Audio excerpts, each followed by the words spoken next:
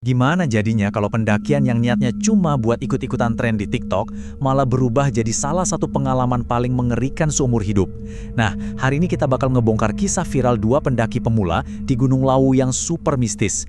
Ini bukan sekedar cerita ketemu hantu ya, tapi ini soal perjuangan mereka melawan teror gaib dan bahaya nyata di alam liar. Kita mulai dari titik paling klimaks. Coba bayangin, ada orang yang sampai ngucapin kalimat ini. Ini adalah kalimat yang keluar dari keputusasaan paling dalam saat dingin, gelap, dan rasa takut udah mau nelen mereka hidup-hidup. Kok bisa sih perjalanan yang awalnya seru-seruan bisa sampai di titik ini? Nah, untuk ngerti, kita harus balik lagi ke awal mula cerita ini. Oke, kenalan dulu sama tokoh utama kita, Ajeng yang ngakunya kaum rebahan, dan keponakannya, Dea. Gara-gara lihat video-video keren Gunung Lawu di media sosial, mereka langsung impulsif, yuk kita naik. Mereka nggak mikir panjang, padahal Lawu itu bukan cuma gunung yang indah, tapi juga dikenal sebagai salah satu gunung paling keramat dan angker di Pulau Jawa. Perlu digarisbawahi ya, keputusan mereka ini benar-benar dadakan. Nggak ada latihan fisik, nggak ada riset jalur pendakian, modalnya cuma semangat FOMO dan info sewa tenda dari TikTok. Mereka sama sekali nggak tahu kalau kena event mereka ini sebenarnya adalah tiket sekali jalan menuju teror yang nggak pernah mereka bayangin sebelumnya. Bahkan nih ya, sebelum kaki mereka napak di jalur pendakian, alam semesta tuh udah ngasih sinyal. Ada 3 lampu merah yang mereka terobos gitu aja. Pertama, aturan sakral di base camp. Cewek yang lagi haid dilarang naik. Dan ternyata, Dea lagi datang bulan, tapi dia diam aja. Kedua, kondisi fisik Dea emang lagi nggak fit. Dan yang ketiga, yang paling aneh, pas ditawarin makan, Dea nolak dengan suara yang tiba-tiba jadi berat dan dalam. Suara yang bukan kayak suara dia. 3 kesalahan fatal ini ternyata jadi kunci pembuka semua kengerian yang bakal mereka alamin. Dan pendakian pun dimulai.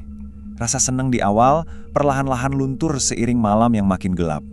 Udara jadi dingin banget, angin mulai kenceng, dan karena fisik mereka nggak siap, mereka ketinggalan jauh dari rombongan pendaki lain. Gak lama kemudian, ya udah, tinggal mereka berdua aja, terisolasi di tengah keheningan gunung yang mencekam. Dan dari sinilah rentetan kejadian aneh mulai muncul. Coba kita urutin ya. Keanehan pertama itu bahkan sebelum mereka mulai jalan. Sekitar jam setengah 12 malam, pas suara Dea berubah jadi aneh. 1 jam kemudian badai datang tiba-tiba, kayak sengaja nyambut mereka. Puncaknya sekitar jam setengah 2 pagi, di persimpangan jalan, tiba-tiba muncul sosok mbah berjubah hitam. Dan teror yang sesungguhnya mulai terasa di pos 1, jam 2 pagi, waktu Ajeng lihat dengan mata kepalanya sendiri, mata Dea nyala merah terang sesaat sebelum akhirnya tidur lagi. Ini dia, pesan dari dunia lain. Sosok mbah berjubah hitam itu tiba-tiba aja muncul dari balik batu besar, ngucapin kalimat peringatan pakai bahasa Jawa. Duk, jangan lewat sini, jurang mati. Dia nunjuk ke jalur kanan yang ternyata emang jurang maut yang ketutup kabut tebal. Anehnya, cuma Ajeng yang bisa lihat dan dengar sosok ini. Setelah nunjuk ke jalur kiri yang lebih nanjak, bah itu langsung hilang gitu aja, ninggalin Ajeng yang udah ketakutan setengah mati. Kalau di pos 1 mereka cuma dapat sapaan halus, di pos 2 ini terornya benar-benar muncul secara fisik. Di sini pertempurannya ada 2, serangan brutal dari cuaca dingin dan serangan mengerikan dari dunia gaib. Kondisi Dea benar-benar hancur di sini. Secara medis, kita tahu ini namanya hipotermia, pembunuh senyap para pendaki. Tapi coba deh, bayangin jadi Ajeng malam itu. Apa yang dia lihat di tubuh Dea itu lebih dari sekedar reaksi medis. Dia lihat keponakannya menggigil hebat, kulitnya pucat pasi, terus muncul urat-urat warna ungu kebiruan yang menjalar di kulitnya. Kata Ajeng, itu udah nggak kayak manusia tapi persis kayak zombie di film-film horor. Transformasi Dea ini kejadiannya cepat banget dalam 4 tahap yang bikin merinding. Pertama, padahal badannya udah gemeteran kedinginan, dia malah ngelempar selimut darurat yang dikasih Ajeng. Kedua, matanya tiba-tiba kebuka, merah menyala, sambil senyum aneh yang jelas bukan senyumnya Dea. Ketiga, dia tiba-tiba punya tenaga super, lari nanjak di jalur berbatu tanpa kelihatan capek sedikit pun. Keempat, dia mulai ngomong ngelantur, bilang kalau rumahnya itu ada di pos 5, jauh di atas sana. Terus, entitas itu ngomong, langsung ke Ajeng, pakai suaranya Dea, tapi dengan kesadaran yang benar-benar asing. Sebuah pertanyaan simpel yang bikin darah beku. Kamu takut ya sama aku? Di momen inilah Ajeng sadar 100%. Dia udah nggak lagi bareng keponakannya. Dia sendirian sama sesuatu yang jahat. Mereka akhirnya memutuskan buat turun. Tapi, siksaan ini belum selesai. Gunung itu seolah-olah punya kemauan sendiri, dan dia belum mau ngelepasin mereka. Pas perjalanan turun, mereka ngalamin fenomena yang sering disebut diputer-puter. Kejebak di labirin tak kasat mata yang nguras sisa-sisa tenaga dan harapan mereka. Penandanya apa? Sepele, cuma sebuah sampah kulit semangka. Bayangin, mereka jalan berjam-jam, ngerasa udah jauh, malah balik lagi ke titik di mana ada kulit semangka yang sama. Lagi dan lagi. Di situ mereka sadar mereka lagi dikerjain. Harapan udah habis. Di titik inilah, Dea yang udah lemes banget bisik, "Mbak, aku mau mati aja di sini." Dan Ajeng yang juga udah di ujung tanduk, ngejawab dengan kalimat yang kita dengar di awal tadi. "Ya udah, kita mati bareng-bareng." Tapi tepat pas mereka udah nyerah, disitulah keajaiban datang. Muncul lagi sosok Mbah yang lain, tapi kali ini jubahnya putih bersih. Dia cuma ngasih nasihat buat istirahat dan mikir positif, sambil bilang kalau Kiai Burung Jalak Lawu, penjaga mistis gunung, bakal datang nolongin. Dan benar aja, gak lama kemudian seekor burung jalak hinggap di dekat mereka. Matu kaki dia 3 kali seolah-olah buat nyadarin dia, terus terbang pelan-pelan jadi penunjuk jalan buat mereka keluar dari labirin gaib itu. Dengan sisa tenaga, mereka akhirnya sampai di kaki gunung. Rasa lega mulai muncul, tapi ternyata itu cuma jebakan. Mereka pikir udah aman, padahal teror itu ngikutin mereka turun. Entitas yang ada di tubuh Dea ternyata nyimpen satu pertunjukan terakhir yang paling mengerikan. Di dekat sebuah punden atau makam keramat, Dea tiba-tiba lari. Dia mulai ngomong lancar banget pakai bahasa Jawa kuno. Senyum lebar yang aneh banget terpasang di mukanya. Terus dari keheningan malam, tiba-tiba kedengaran suara gamelan yang rame banget. Diiringi musik gaib itu, Dea mulai nari. Kayak tarian ritual sambil terus ngejar-ngejar Ajeng, muterin dia seolah lagi ngelakuin upacara penyambutan yang super horor. Dan bagian paling gila dari semua ini apa coba? Setelah disadarin, dia nggak inget apa-apa. 0%. Memorinya kosong blank dari sejak mereka mulai mendaki sampai dia sadar di base camp. Semua teror, rasa sakit, rasa takut yang dialami sama sekali nggak ada di ingatannya. Seolah-olah selama pendakian itu dia cuma numpang di badannya sendiri. Akhirnya penyebab semua teror ini terungkap. Dea melanggar pantangan paling sakral di Gunung Lawu, mendaki pas lagi menstruasi. Konon darahnya yang nggak sengaja tercecer di pos 5 udah mengotori tempat itu dan ngebangunin penunggunya. Ini jadi pengingat ya, kalau di tempat-tempat keramat kayak gini, aturan yang ada tuh bukan sekedar mitos, tapi hukum dari dunia lain yang harus kita hormati. Dan kisah ini ternyata nggak benar-benar berakhir di situ. Beberapa waktu setelah kejadian itu, Ajeng mimpi didatengin lagi sama Mbah berjubah putih. Sosok itu cuma ngasih pesan singkat, ada yang tertinggal di pos 5. Sebuah kalimat penutup yang ninggalin pertanyaan besar yang menghantui. Apa yang tertinggal di sana? Apa cuma sisa darah? Atau jangan-jangan ada bagian dari jiwa mereka yang sekarang selamanya kejebak di gunung itu? Pernah kebayang gak sih sebuah pekerjaan yang harusnya biasa-biasa aja, tiba-tiba berubah jadi pengalaman horor yang gak masuk akal? Nah, bagi seorang penata rias bernama Excel, satu malam kerjanya justru jadi awal dari sebuah kisah yang viral banget. Cerita ini melibatkan seorang pengantin yang misterius, rumah kosong di antah berantah, dan sebuah pertempuran gaib yang tak kasat mata. Oke, kita langsung aja loncat ke bagian paling anehnya. Ini bukan keluhan biasa loh. Ini adalah deskripsi dari Exen sendiri waktu dia berhadapan sama sesuatu yang mustahil. Bayangin, wajah yang mau dia rias itu seakan-akan nolak buat dirias, meleleh gitu aja di depan matanya. Dari sinilah semua kejanggalan yang mengerikan itu dimulai. Ini dia pertanyaan utamanya kan? Cerita ini tuh bukan cuma soal hantu, tapi tentang gimana seorang profesional didorong sampai ke batas logikanya. Di saat akal sehat kayaknya udah nggak berlaku lagi. Kita bakal urai setiap momen mengerikannya, satu persatu. Oke, perjalanan ini kita mulai dari sosok utamanya dulu, yaitu sang penata rias itu sendiri. Seorang pria yang cuma pengen nyelesain pekerjaannya dengan baik, tapi takdir malam itu punya rencana lain yang jauh lebih kelam. Nah, ini penting buat kita tahu, Excel ini bukan pemula, dia seorang profesional yang udah berpengalaman, yang ngebangun karirnya dari nol. Ini nunjukin betapa kontrasnya awal kisahnya yang normal banget, seorang pekerja keras yang lagi ngejalanin rutinitas, dengan dunia ganjil yang bakal segera dia masuki. Dan seremnya tuh, terornya nggak nunggu sampai dia buka kotak riasnya. Kengerian yang sesungguhnya, itu dimulai bahkan sebelum dia sampai di lokasi. Di tengah jalanan gelap yang seolah-olah sengaja mau menyesatkan dia dan timnya. Coba deh lihat alur waktu ini. Ini tuh bukan nyasar biasa, ini polanya aneh banget. Peta digital yang harusnya jadi penolong malah kayak lagi mainin mereka, mengarahkan mereka dari jalan buntu ke rumah kosong, dan puncaknya ke sebuah pemakaman di tengah malam buta. Aneh kan? Coba bayangin deh rasanya jadi mereka, udah nyasar berjam-jam capek, Sampainya malah di sebuah rumah besar yang gelap gulita. Nggak ada jawaban sama sekali. Sampai akhirnya seorang satpam lokal muncul dan mengkonfirmasi ketakutan terbesar mereka. Mereka salah alamat. Dan bukan sembarang alamat, tapi rumah kosong yang katanya udah angker selama 10 tahun. Dan disinilah sentuhan supernatural pertamanya muncul. Bahkan sebelum ketemu si pengantin, waktu iseng ngintip ke dalam rumah kosong itu, Axel ngerasa ngelihat sesuatu bergerak. Sosok yang kayak lagi bangkit dari duduknya di tengah kegelapan. Kayak selamat datang, yang bikin bulu kuduk berdiri. Setelah perjuangan panjang dan akhirnya nemuin juga alamat yang benar, mereka lega dong. Tapi leganya sih masih sebentar. Karena begitu Axel bertemu dengan sang pengantin, suasana aneh di perjalanan tadi itu rasanya baru pemanasan aja. Dari awal aja udah kerasa ada yang nggak beres. Permintaan-permintaan ini bukan sekedar preferensi biasa. Ini tuh kayak sengaja dibikin untuk isolasi total. Cuma berdua, di kamar yang dikunci, duduk di lantai. Setiap permintaan itu seolah ngebangun sebuah panggung teror yang makin intim dan nggak bisa dihindari. Dan pas Axel mau mulai kerja, jelek, seluruh rumah diselimuti kegelapan pekat. Lampu riasnya yang dayanya besar bikin listriknya anjlok.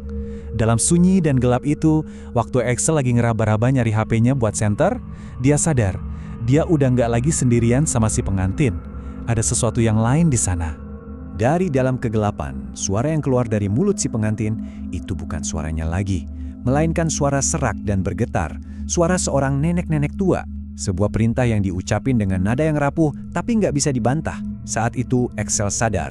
Dia bukan lagi merias seorang pengantin, dia lagi berhadapan dengan entitas lain. Secepat sosok nenek itu muncul, secepat itu juga dia kayak hilang. Setelah lampu sempat nyala lagi sebentar, entitas di dalam tubuh pengantin itu bergeser lagi, berubah jadi sesuatu yang sama sekali berbeda. Nah, di sini makin aneh lagi. Sekarang yang ngomong itu suara polos anak kecil yang minta didandanin kayak seorang ratu. Tapi kepolosan itu langsung hilang waktu si anak kecil ini nambahin kalau ada banyak orang lain di ruangan itu yang lagi ngawasin mereka berdua. Terornya mencapai puncak. Udah bukan cuma suara atau perasaan lagi, tapi dunia fisik di sekitar mereka mulai ikut hancur. Suara ledakan bola lampu yang pecah bergema di ruangan ngelempar mereka kembali ke dalam kegelapan total, seolah negasin kalau kekuatan yang ada di sana itu nyata. Di tengah-tengah kekacauan itu, tiba-tiba pintu kamar digedor, dan nenek kandung si pengantin masuk. Momen inilah yang jadi titik baliknya, di mana tabir misteri mulai kebuka, dan kebenaran yang jauh lebih rumit dari sekedar kerasukan biasa, akhirnya terungkap. Oke, buat ngerti apa yang sebenarnya terjadi, kita perlu paham dulu konsep ini. Menurut penjelasan keluarga, si pengantin ini bukan korban acak. Dia adalah target dari sebuah kiriman, sebuah serangan gaib yang sengaja dirancang untuk menghancurkan hari bahagianya. Dan disinilah twist dari semua cerita ini. Ternyata, suara nenek dan anak kecil yang didengar Axel itu bukan bagian dari kutukan jahatnya. Justru kebalikannya. Mereka adalah roh leluhur si pengantin, para penjaga dari garis keturunannya, yang datang buat ngelindungi dan ngelawan kiriman itu dari dalam tubuhnya sendiri. Dan inilah kata-kata yang diucapin sama si leluhur lewat nenek kandungnya. Sebuah deklarasi kemenangan dalam perang gaib itu. Mereka datang bukan untuk menakut-nakuti, tapi untuk mastiin cucu mereka bisa melangsungkan pernikahannya. Axel, tanpa sadar, ada di tengah-tengah medan pertempuran spiritual. Terus, kenapa cerita ini bisa begitu viral dan menyentuh banyak orang? Karena pria yang jadi saksi mata teror malam itu ternyata membawa kisah perjuangannya sendiri yang gak kalah luar biasa. Ternyata, mental Axel yang sekuat baja malam itu ada alasannya. Pertarungan gaib yang dia saksikan itu hanyalah satu lagi rintangan ekstrim dalam hidupnya yang udah ditempa sama perjuangan tanpa henti. Dari jualan plastik di jalanan sampai ngebangun bisnisnya sendiri, hidupnya adalah bukti dari kegigihan. Dan inilah inti dari semua perjuangannya. Kisah horor ini pada akhirnya jadi panggung bagi sebuah kisah ketahanan manusia yang luar biasa. Perjuangannya didorong oleh cinta yang mendalam untuk orang tuanya, dan bahkan setelah mereka tiada, semangat itulah yang terus bikin dia maju. Pada akhirnya, kisah Axel ini ninggalin kita sama satu pertanyaan penting. Kita seringkali terpaku sama sensasi horor atau keanehan dari sebuah cerita viral. Tapi mungkin, di balik setiap fenomena itu, tersembunyi sebuah kisah tentang ketahanan, perjuangan, dan kekuatan manusia yang jauh lebih dalam, yang patut kita renungkan. Mudik atau pulang kampung. Wah, dengar kata ini aja udah kebayang ya, hangatnya kumpul keluarga, masakan ibu, ketawa-ketawa bareng.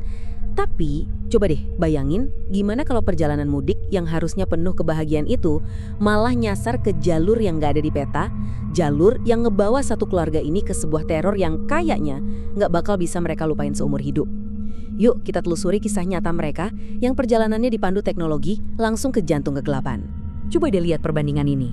4 jam, itu perkiraan normalnya. Tapi kenyataannya 8 jam, 2 kali lipat. Pertanyaannya jadi bukan lagi kenapa mereka telat, tapi apa yang terjadi selama 4 jam tambahan yang mengerikan itu. Semuanya berawal dari keputusan yang kelihatannya modern dan masuk akal banget. Ada Karama, suaminya, dan anak mereka yang masih kecil. Mereka mau coba rute baru dari Tegal ke Klaten, biar cepat katanya. Dan mereka percaya penuh sama pemandu di kantong mereka, Google Maps. Ini pertama kalinya mereka lewat jalur tengah, sebuah keputusan yang bakal mereka sesali selamanya. Jadi, coba kita bayangin situasinya ya. Mereka berangkat sore, pas banget abis hujan badai. Udah pasti sisa hari itu jadi kerasa lebih cepat gelap. Mereka bertiga naik satu motor Lexi. Perlu dicatat nih, mereka ini bukan penakut loh. Jalur utara sama selatan yang terkenal angker aja udah biasa mereka lewatin. Tapi entah kenapa kali ini rasanya beda. Dengan Google Maps sebagai satu-satunya penunjuk arah, rasa percaya diri mereka tuh pelan-pelan banget kegerus sama perasaan aneh yang mulai muncul. Nah, ini dia tanda pertama kalau ada yang nggak beres. Sesuatu yang bisa kita rasain dari gambaran ini. Jalan yang mereka lewatin makin lama makin sempit, aspalnya juga udah ganti jadi jalan desa yang kasar. Di kiri kanan rumpun bambu yang tinggi dan lebat banget melengkung di atas mereka. Bener-bener ngebentuk kayak terowongan hidup yang seolah-olah nelen semua cahaya. Kak Rama cerita, dia sampai nggak bisa lihat langit lagi, bener-bener terisolasi. Dari suasana yang udah gelap dan menekan banget, terornya pindah level. Sesuatu yang nggak kelihatan mulai mainin pendengaran mereka. Dan ini justru bikin lebih ngeri, karena mereka cuma bisa dengar tanpa tahu suaranya datang dari mana. Di tengah suara mesin motor, Karama mulai dengar sesuatu. Suara aneh yang harusnya nggak ada di situ. Di jalanan sepi yang isinya cuma mereka bertiga dan gelap, satu pertanyaan mengerikan muncul di kepalanya. Suara apa itu? Suaranya itu, kata Karama, persis banget kayak glebet-glebet-glebet. Mirip suara kain yang lebar dan berat dikibasin kenceng-kenceng persis di samping motor. Awalnya kedengeran di sebelah kanan, terus anehnya suara itu pindah ke sebelah kiri.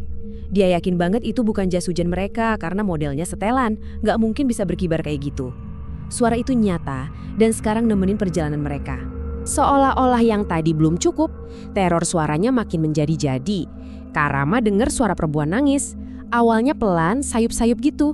Tapi makin dia coba fokus buat berdoa dan zikir, suara tangisan itu justru makin deket, makin jelas, dan makin kencang.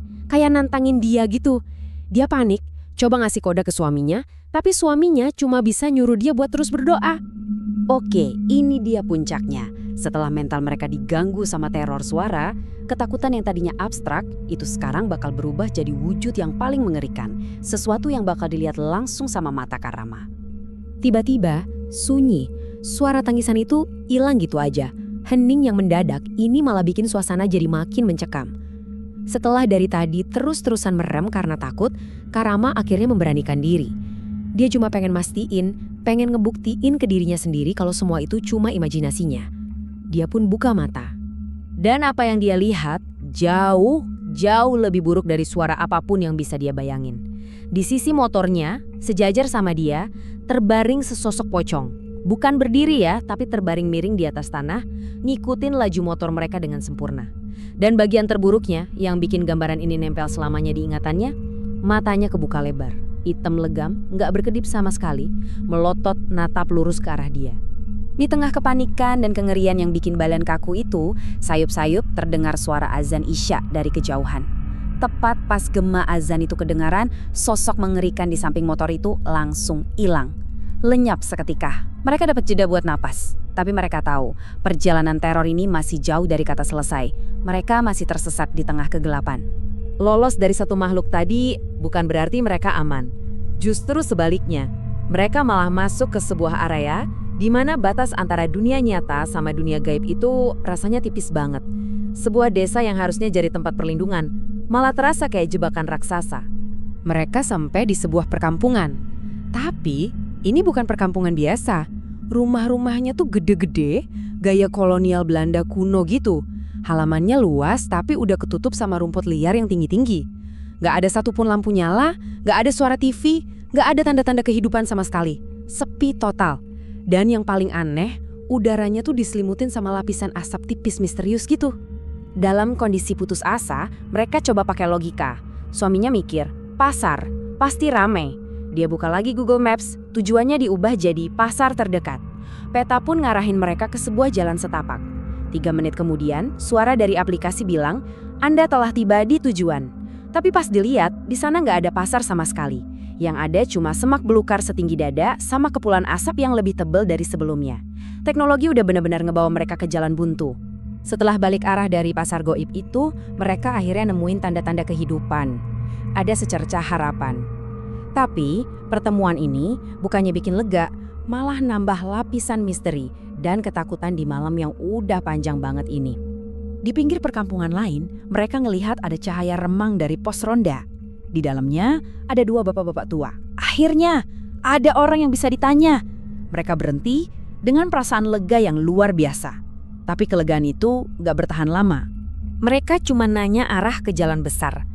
Tapi jawaban yang mereka dapat tuh spesifik dan mengerikan. Dengerin baik-baik instruksi dari bapak tua itu. Jalan lurus, di pertigaan ketiga belok kanan, terus dia nambahin peringatan. Bu, pegang anaknya erat-erat dan baca doa apa saja yang bisa. Bapak, jangan lupa klakson. Sebuah peringatan yang seolah-olah ngasih tahu kalau bahaya yang sebenarnya masih nunggu di depan. Dengan jantung yang deg-degan, mereka ngikutin instruksi itu. Klakson dibunyiin terus-terusan. Jalanan kembali gelap dan sepi. Dan yang lebih aneh lagi, mereka ngelewatin sebuah plang peringatan, hati-hati, banyak anak-anak. Tapi siapa? Nggak ada sekolah, nggak ada rumah, nggak ada siapa-siapa di sana. Jalanan itu benar-benar kosong dan nyeremin. Sampai akhirnya mereka ngelewatin jembatan gelap dan tempat penjual batu nisan di pinggir jalan. Nah, ini yang menarik. Kita juga dapat cerita dari sudut pandang suaminya. Dia emang nggak ngelihat sosok pocong itu, fokusnya cuma ke jalan di depan. Tapi dia mengonfirmasi satu hal yang ganjil banget. Tepat di waktu Kak Rama mulai diteror suara-suara aneh, dia nyium wangi bunga yang kuat banget, kayak melati, yang wanginya itu awet selama beberapa menit. Padahal di kiri kanan mereka cuma sawah sama rumpun bambu. Wangi itu nggak masuk akal. 1:30 pagi, itu waktu mereka akhirnya sampai di rumah tujuan mereka di Klaten. 8 jam untuk perjalanan yang harusnya cuma 4 jam. 8 jam yang rasanya kayak seumur hidup. Dan ini adalah kesaksian terakhir dari Kakak Rama. Trauma dari malam itu dalam banget, sampai-sampai dia bersumpah nggak akan pernah mau lagi lewat jalan itu, bahkan di siang bolong sekalipun. Pengalaman itu udah ngubah arti perjalanan pulang kampung buat mereka, selamanya. Kisah mereka ini ninggalin kita dengan satu pertanyaan besar kan?